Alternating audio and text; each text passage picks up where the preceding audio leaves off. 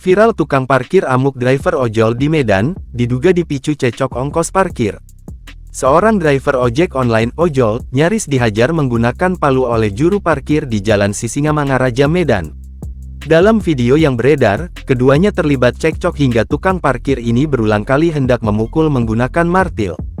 Pria berambut putih bertopi, celana jeans nampak terus mengejar ojek online hingga beberapa meter. Dari video singkat ini, seorang wanita yang merekam mengatakan kalau juru parkir ini mengusir pria berjaket ojek online diduga karena tidak membayar parkir. Ini manusia ya. Nih, orang duduk diam di sini, dia ngusir gara-gara nggak berparkir. Sementara itu, warga di lokasi kejadian bernama Owi mengatakan, tukang parkir bernama Anrizal ini dikenal temperamental dan kerap ngamuk-ngamuk. Namun dia tidak mengetahui apakah driver ojek online itu sempat dihantam menggunakan palu atau tidak. Karena saya tahu si tukang parkir temperamen saya masuk kembali.